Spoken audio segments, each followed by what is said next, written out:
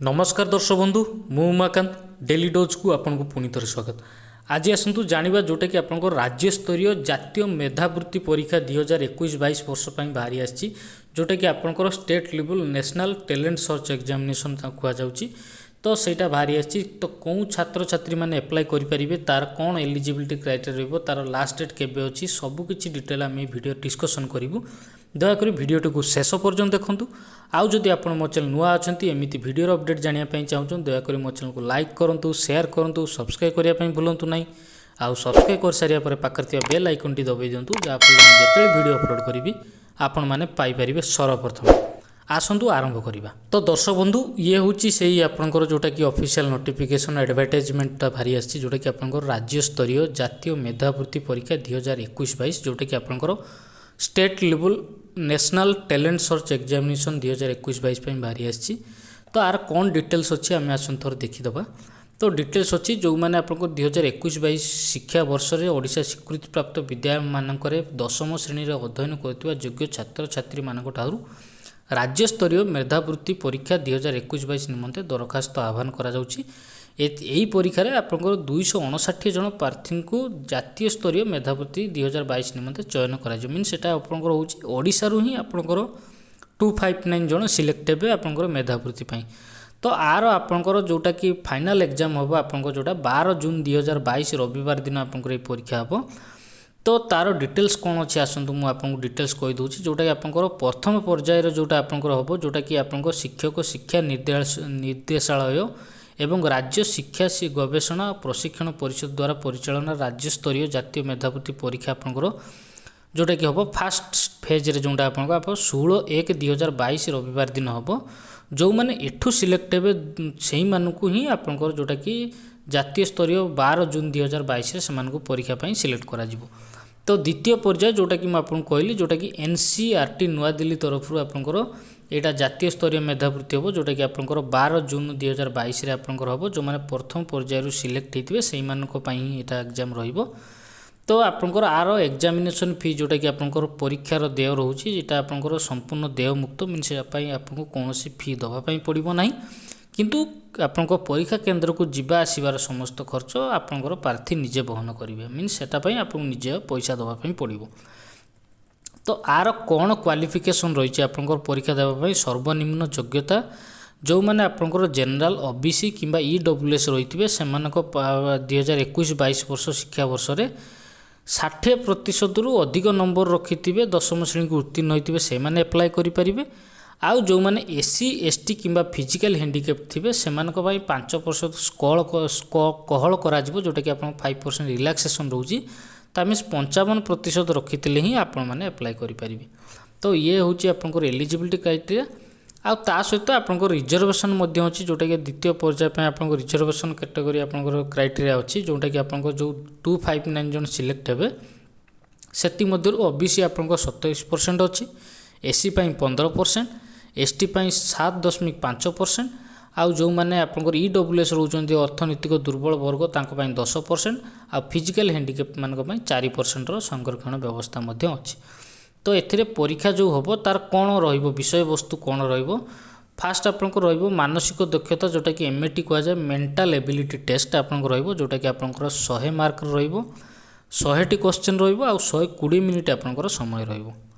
आउ सेकेंड आपंकर रहिबो जोटा कि SCT जोटा कि विषयगत दक्षता परीक्षण जोटा कि आपंकर होची स्कोलास्टिक एप्टीट्यूड टेस्ट रहिबो जोटा कि आपंकर सेटा भी 100 मार्क रहिबो आपंकर 100टी क्वेश्चन रहिबो आ 120 मिनिट आपंकर समय रहिबो। तो ये हूँ आपंकर एग्जाम पैटर्न जोटा कि मुझे कहली ता सहित आपंकर जो मेंटल एबिलिटी टेस्ट हम से आपंकर रीजनिंग आसीबो एनालॉजी आसीबो क्लासिफिकेशन आसीबो पैटर्न प्रिस्क्रिप्शन आसीबो आउ जोटा आपंकर स्कोलास्टिक एप्टीट्यूड टेस्ट जोटा रहिबो सेटा आपंकर गणित पदार्थ विज्ञान रसायन विज्ञान जीव विज्ञान इतिहास भूगोल राजनीति विज्ञान अर्थनीति इत्यादि आपंकर 100टी क्वेश्चन आसीबो।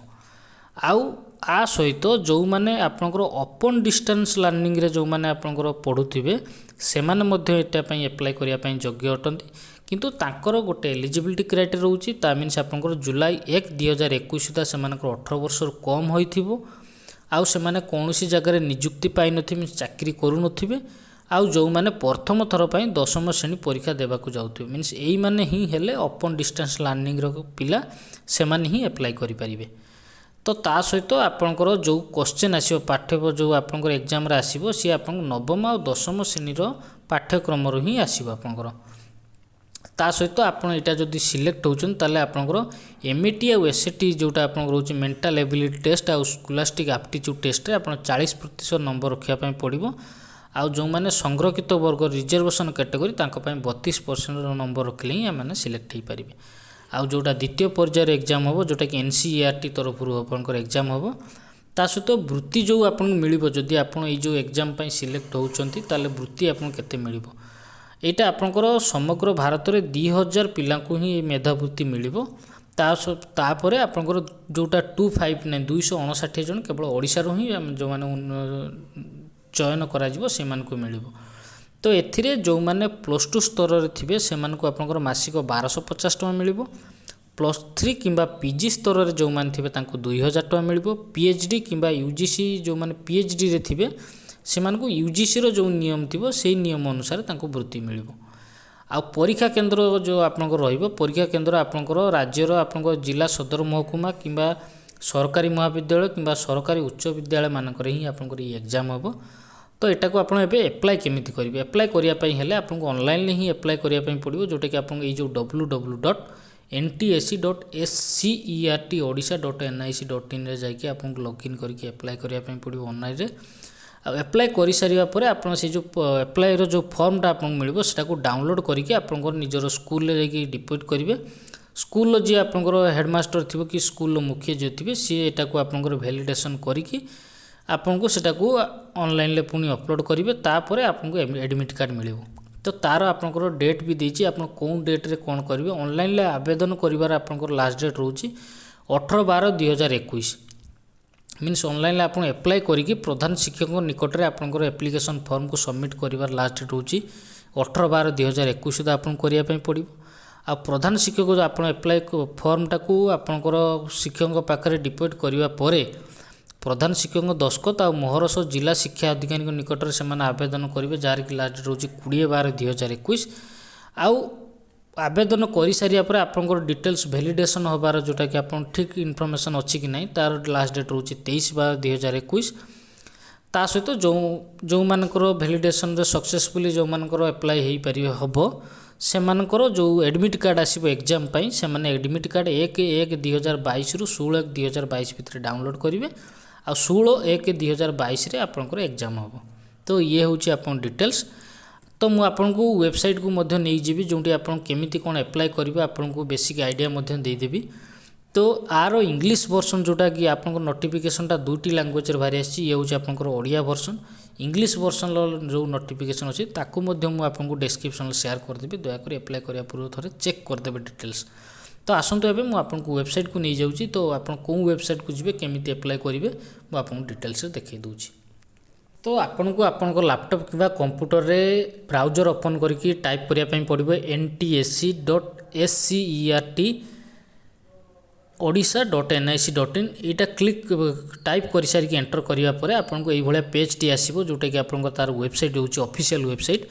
यही वेबसाइट रे आपंकर तले देखो लिखाई एनटीएस एग्जामिनेशन 2021-22 आप बाहरी आसी जो थे आपंकर ऑनलाइन एप्लाय कर रोचे जोटा कि आप ये क्लिक करके ऑनलाइन एप्लाय करेंगे। एप्लाय कर सारा जो एप्लाय सक्सेसफुल हो सारापर एप्लिकेशन फॉर्म को आप क्लिक कर डाउनलोड करेंगे।